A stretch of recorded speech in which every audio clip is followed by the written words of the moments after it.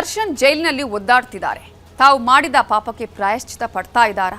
ಆದರೆ ಅವೆಲ್ಲಕ್ಕಿಂತ ಮಿಗಿಲಾಗಿ ಇವತ್ತು ದರ್ಶನ್ ಅವರ ಮದುವೆಯ ವಿವಾಹ ವಾರ್ಷಿಕೋತ್ಸವದ ಸಂಭ್ರಮ ಇತ್ತು. 23ನೇ ವಿವಾಹ ವಾರ್ಷಿಕೋತ್ಸವದ ಸಂಭ್ರಮವನ್ನು ಜೈಲಿನಲ್ಲೇ ಆಚರಿಸಿಕೊಳ್ಳಬೇಕಾದ ಅನಿವಾರ್ಯತೆ ಇತ್ತು. ಇಂತಹ ಸಂದರ್ಭದಲ್ಲಿ ದರ್ಶನ್ ಪತ್ನಿ ಮತ್ತು ಮಗ ದರ್ಶನ್ ರವರನ್ನ ಇವತ್ತು ಮುಖಾಮುಖಿ ಭೇಟಿಯಾದರು. ಅದು ಕೂಡ ಒಟ್ಟಿಗೆ ಮುಖಾಮುಖಿ ಭೇಟಿಯಾಗೋದಕ್ಕೆ ಒಳ ಸಂದರ್ಶನಕ್ಕೆ ಅವಕಾಶ ಸಿಕ್ಕಿದ್ದು ಅದೃಷ್ಟ ಅಂತಾನೆ ಹೇಳಬೇಕಾಗತ್ತೆ. ಇಂತಹ ಸಂದರ್ಭದಲ್ಲಿ ದರ್ಶನ್ ಕಣ್ಣೀರು ಹಾಕಿದ್ಯಾಕೆ, ಮಮ್ಮಲ ಮರುಗಿದ್ ಹೇಗೆ, ಕುಟುಂಬಸ್ಥರು ಏನ್ ಹೇಳಿದ್ರು ಅನ್ನುವ ಕಂಪ್ಲೀಟ್ ಡೀಟೇಲ್ಸ್ ಇಲ್ಲಿದೆ. ಕಂಬಿ ಹಿಂದೆ ದರ್ಶನ್ ಕಣ್ಣೀರಿನ ಕಲ್ಯಾಣೋತ್ಸವ. 8 ತಿಂಗಳ ನಂತರ ವಿಜಿಗೆ ಮುಖಾಮುಖಿ ದರ್ಶನ.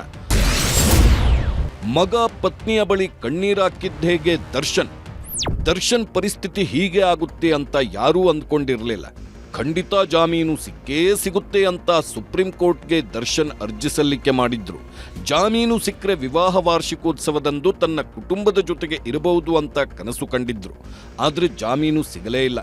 ಜಾಮೀನು ಸಿಕ್ಕಿಲ್ಲ ಅನ್ನೋ ಬೇಸರ ಒಂದು ಕಡೆ ಇದ್ರೆ, 1 ವರ್ಷ ಜಾಮೀನು ಸಿಗೋದೇ ಇಲ್ಲ ಅಂತ ಸುಪ್ರೀಂ ಕೋರ್ಟ್ ಹೇಳಿದ್ದು ದರ್ಶನ್ ಮತ್ತು ದರ್ಶನ್ ಕುಟುಂಬವನ್ನ ಕಂಗಾಲು ಮಾಡಿತ್ತು.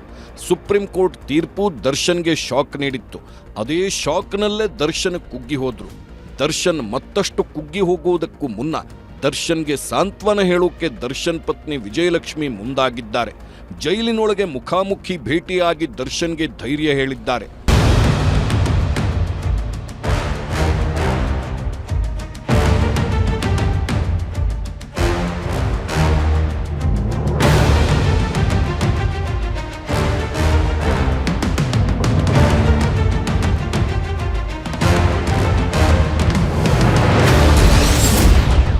ಮೌನವಿರಲಿ, ಚಂಡಮಾರುತವೇ ಬರಲಿ.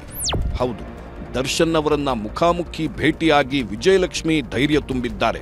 ವಿಜಯಲಕ್ಷ್ಮಿ ಮತ್ತು ದರ್ಶನ್ ದಾಂಪತ್ಯ 23ನೇ ವರ್ಷ ಪೂರ್ಣಗೊಳಿಸಿದ್ದು, ಅದರ ನೆನಪಲ್ಲೇ ದರ್ಶನ್ ನೇರ ಭೇಟಿಯಾದ ವಿಜಯಲಕ್ಷ್ಮಿ ದರ್ಶನ್ಗೆ ಸಮಾಧಾನ ಮಾಡಿದ್ದಾರೆ.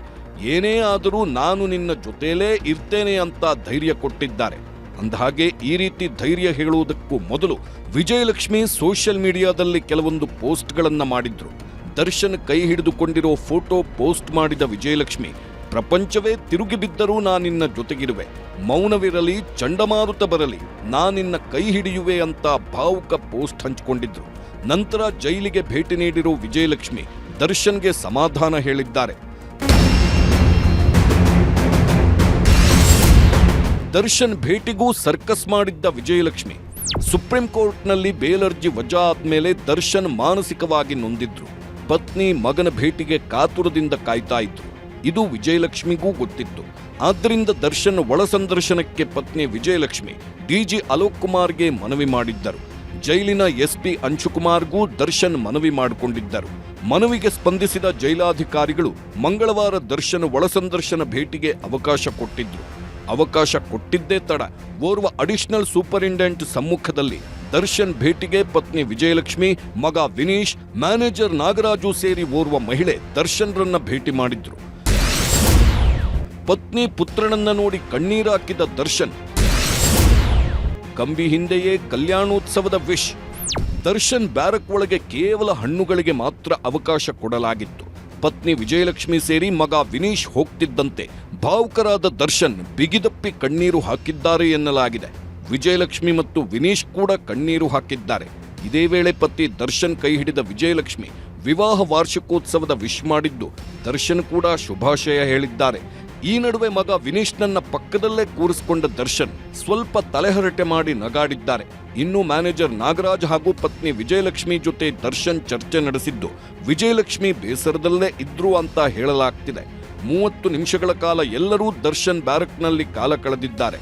ಅಂದಹಾಗೆ ಬ್ಯಾರಕ್ನಲ್ಲಿ ಅಡಿಷನಲ್ ಸೂಪರಿಂಟೆಂಡೆಂಟ್ ಸಮ್ಮುಖದಲ್ಲಿ ಭೇಟಿಗೆ ಅವಕಾಶ ಕೊಟ್ಟಿದ್ದು, ಸಿಸಿಟಿವಿ ನಿಗಾದಲ್ಲಿ ದರ್ಶನ್ ಕುಟುಂಬಕ್ಕೆ ಅವಕಾಶ ಕೊಡಲಾಗಿತ್ತು.